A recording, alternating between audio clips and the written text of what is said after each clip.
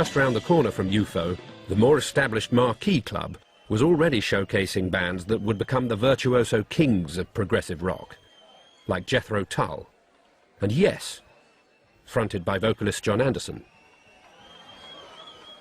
I went to see Yes with 30 other people at the Marquee one night, and the guy next to me said, you know, they're looking for a drummer. And I met John, introduced myself. He said, oh yeah man, yeah, give us a call, come back next Tuesday, we'll give you an audition. And I never called, you know, and I often wonder if I'd have called, what would have happened to my life? Life in Yes, for jazz drummer Bill Bruford, was like this. The group started as a cover band, like most groups do. And you start playing Beatles tunes and a couple of tunes by The Fifth Dimension, and like you would. And then we got bored and we'd extend a section. So well, it's quite good up to here, but let's stick in another bit here where it goes like rhythm and blues. All right, you know, we stick that in. And then the thing would get longer and longer, until eventually somebody inevitably said, well, let's like make one up ourselves. John was a very keen listener, an absorber, a bit like blotting paper, you know, he absorbed music. He was mad keen on Sibelius and TV themes. He'd start singing things. He'd say, John, this is the theme to Bonanza. And he said, oh, never mind, stick it in, you know.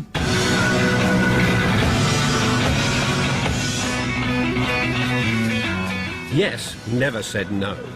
They stitched movie soundtracks to folk music, to modern jazz, to classical music, to TV themes, pop music. And the only people we didn't concern ourselves with, I think, at all was the audience. Step out in the night when you're lonely,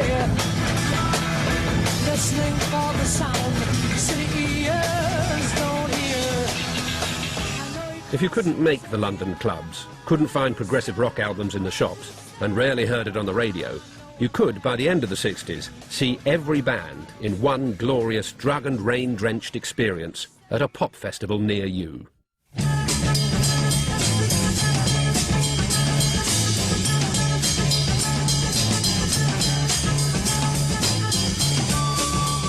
This was the first golden age of the British Music Festival, a new community in which no one was more welcome than the progressive rock group. Everybody had a festival. Because you went along and played, heard all different types of band, and people would listen to a jazz-orientated band, you know, a hard rock band, a sort of a dance-type band, and they would sit there and they'd listen to the lot. Certainly, the outdoor live music experience was generally free.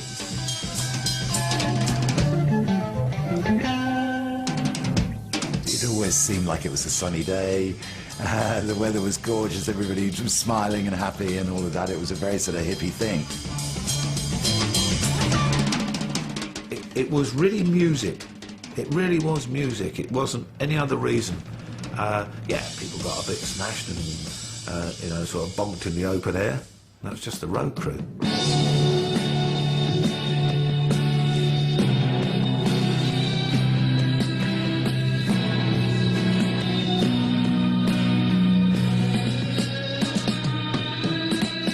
The quaint Suffolk seaside town of Aldborough, now home to Pete Sinfield, original lyricist for the intimidating new band he inadvertently named King Crimson.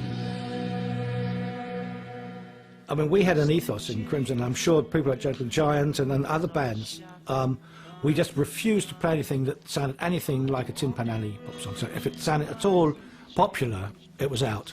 So it had to be complicated, it had to be more expensive chords, it had to have strange influences. If it sounded like, you know, too simple, we would make it more complicated. We'd play it in 7/8 or 5/8 just to show off. For the court of the crimson. Crimson's first big show-off opportunity came in July 1969 when they supported the Rolling Stones in Hyde Park, unleashing their unique, highly rehearsed sound on a totally unprepared audience. They played Schizo Man particularly well on that day. They really steamed. It was a monster.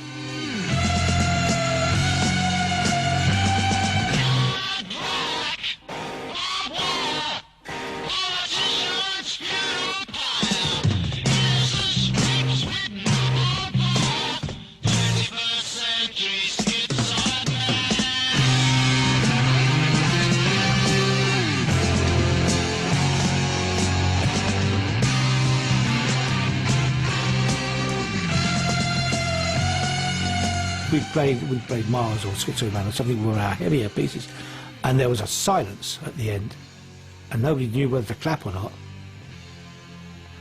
That was good. And then they would go. That was the sort of stuff we liked. We really liked shocking people.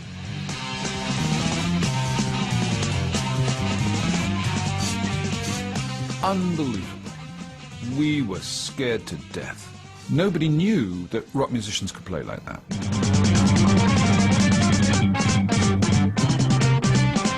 To execute rapid passages very deafeningly loud. Then exactly the same passage, everybody playing the unison thing, but very, very quiet. I mean, this was scary. This was the best group in the world. Mike Giles one night was playing the cymbals, playing Mothers in Birmingham. He ended up playing the cymbals like this. So there was no noise at all.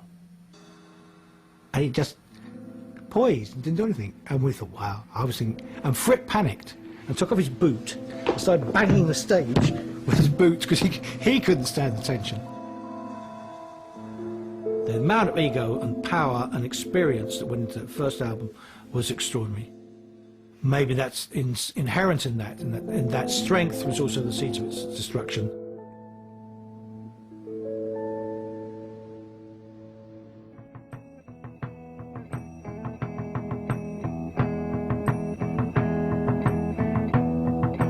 The shock and awe that both defined and deified King Crimson were completely absent from the whimsical, slightly stoned sounds still emanating from Canterbury.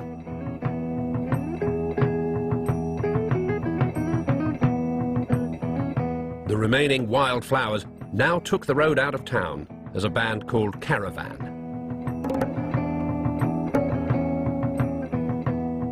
When half of the Wildflowers as such went off and formed Soft Machine and managed to get a record deal, we thought that perhaps we could do the same. So we were very much like looking to see how they were doing and trying to do the same thing ourselves.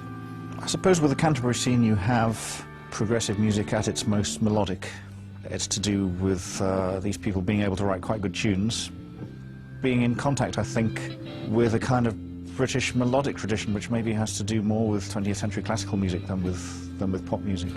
You know, you hear distant echoes of Vaughan Williams and Britain and that kind of thing. Sitting in my treetop world, doing nothing at all. Certainly the surrounding countryside and what have you, you seem to get, you know, a bit of inspiration from all that, sitting about in the sunshine, making up bits of music. Envy me, all you want. Living off girlfriends, you know. Great fun. But join me anytime if you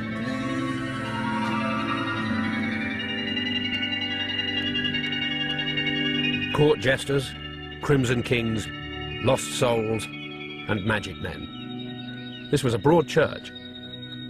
A very English music, infused with childhood fantasies and the quirkiness of a small island race. Spike Milligan, Edward Lear, you know, Lewis Carroll, stuff like that. And we had our own kind of built-in popular surrealism right from the humorous poets and writers of the late 19th, early 20th century. Long before they invented surrealism, actually, on the continent. You know, we had Lewis Carroll. At that time, we were making quite a large effort to be English. Right?